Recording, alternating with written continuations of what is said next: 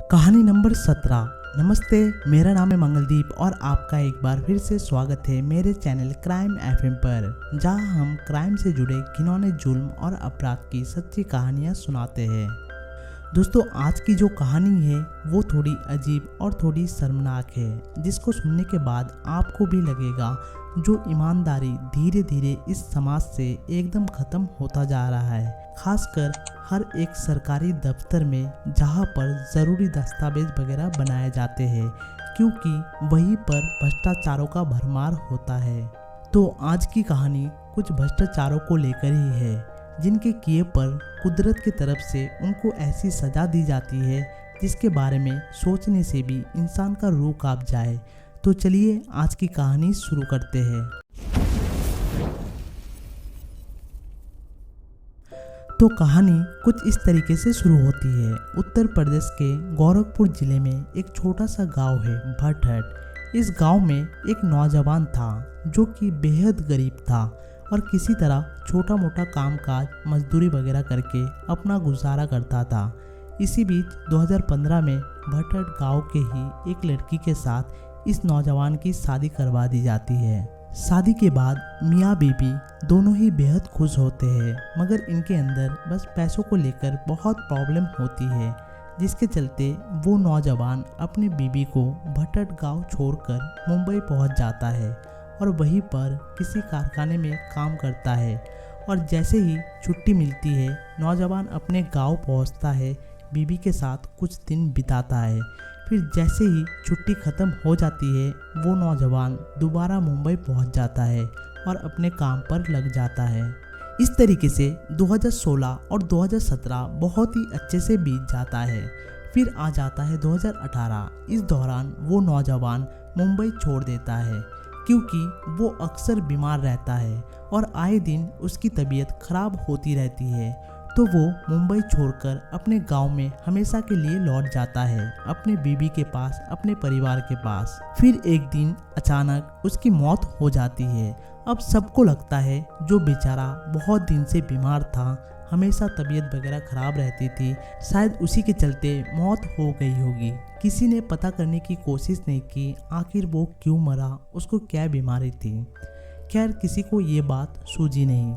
तो उसके मौत के बाद उसकी बीबी बेहद लाचार हो जाती है, क्योंकि एक तो वो बेहद गरीब होते हैं और साथ ही में वो जब अपने मायके जाती है अपने माँ बाप से कुछ मदद के आशा में, तो वहाँ से भी उसके माँ बाप उसको भगा देते हैं, अपने बेटी को अपने पास रखने से मना कर देते हैं। तब उस बेचारी का उम्र भी ज़्यादा नहीं होती है, तो वो लाचार होकर अपने पति के ही घर में आकर रहने लगती है और उसको लगता है कुछ तो करना पड़ेगा अपना गुजारा करने के लिए।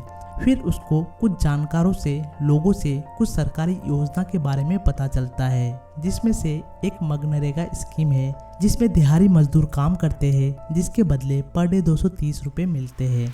और एक है विधवा पेंशन योजना, जिसके तहत 18 से 60 साल के विधवा महिलाओं को 500 रुपये हर महीने दिए जाते हैं सरकार की तरफ से। साथ ही में उस महिला का राशन कार्ड भी नहीं बना होता है। अगर वो राशन कार्ड भी बना लेती है, सरकार की तरफ से जो भी 4-5 किलो अनाज मिलता है हर महीने, वो भी मिलना शुरू हो जाएगा, जिससे एक अकेली औरत का एक गांव में अच्छे से गुजारा हो जाएगा। तो वो सबसे पहले राशन कार्ड बनाने के बारे में सोचती है, क्योंकि मनरेगा योजना, विधवा पेंशन योजना, इन सब से जुड़ने के लिए राशन कार्ड का होना बेहद ज़रूरी है। तो वो इसके लिए गांव के पंचायत प्रधान के पास पहुंचती है, उनसे मुलाकात करती है और बोलती है जो घर पर कोई कमाने वाला नहीं है, पति की भी मौत हो चुकी है, आप मेरी मदद कीजिए, मेरी राशन कार्ड बनवा दीजिए, विधवा पेंशन दिलवा दीजिए, इससे मुझे काफ़ी सहारा मिलेगा, मेरी ज़िंदगी संवर जाएगी।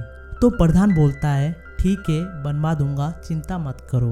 यही से उस रिश्वतखोर प्रधान का काला चेहरा सामने आता है। उसको लगता है गरीब औरत है, लाचार औरत है, ये सब कार्ड बनाने के लिए इससे अगर कुछ पैसे का मांग भी करे तो भी ये नहीं दे पाएगी।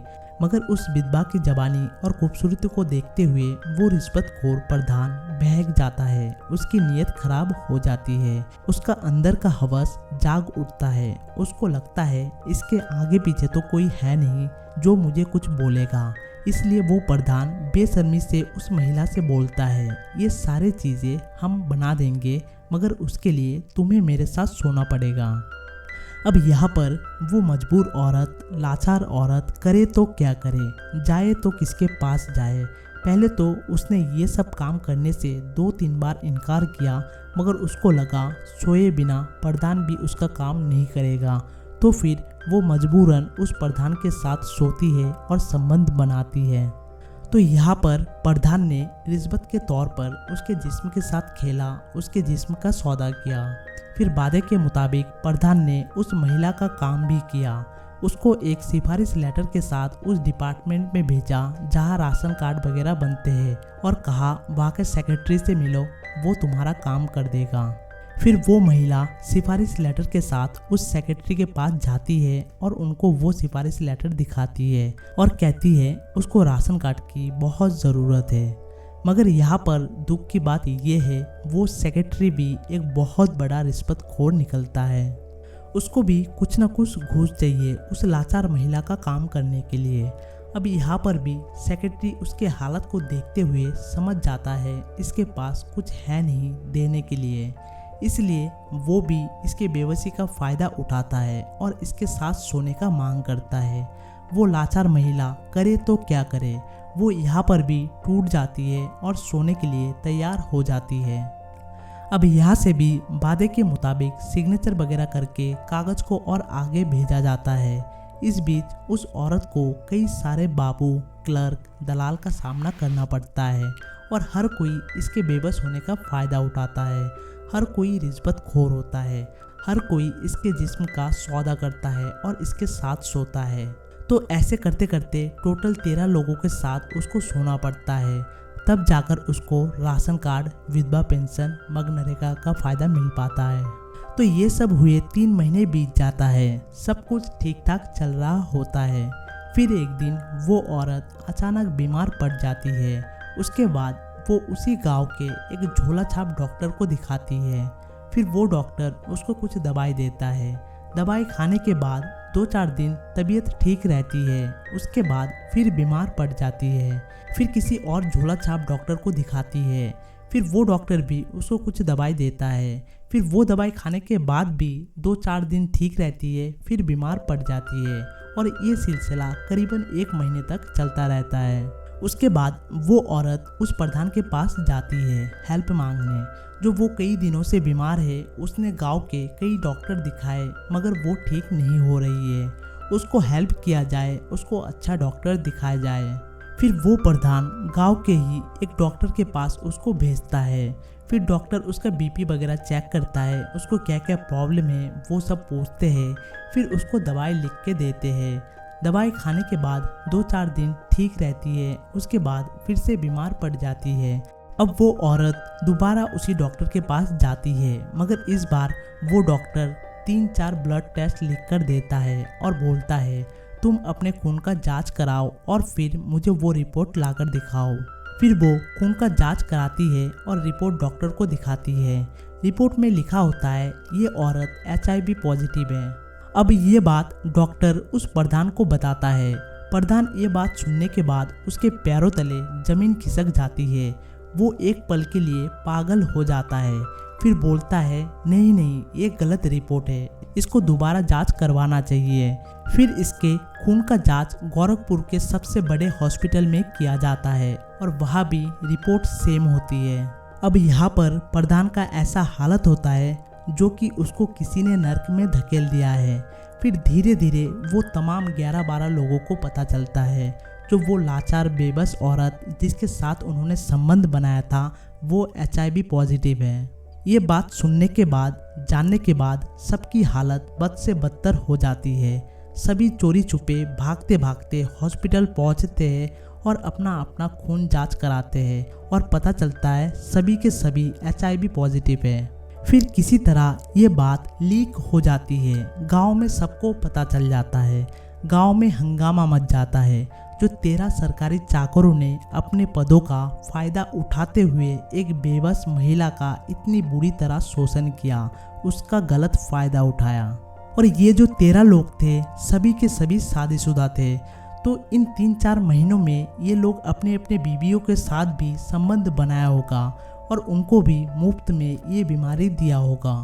तो वो बेचारे बीबियाँ भी फालतू में इन हैवान पतियों के चक्कर में ऐसा एक बीमारी का शिकार हो गए होंगे जिसका सिर्फ एक ही इलाज है, जब तक जिंदा हो दवाई खाते रहो।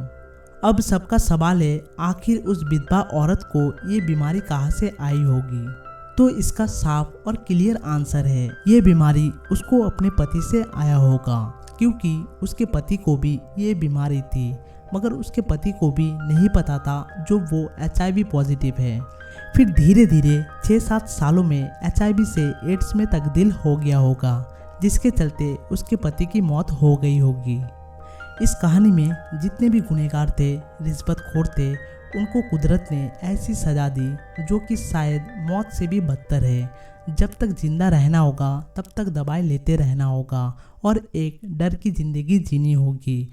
मगर दुख की बात यह है, कुछ बेगुनाह इसके चपेट में आ गए और उनकी भी ज़िंदगी खराब हो गई। और सबसे दुख की बात यह है, वो बेचारी विधवा औरत जिसने कम उम्र में अपने पति को खोया, माँ बाप ने अपने साथ रखने से इनकार कर दिया और आखिर में इस गंदे बीमारी ने इसको जकड़ लिया।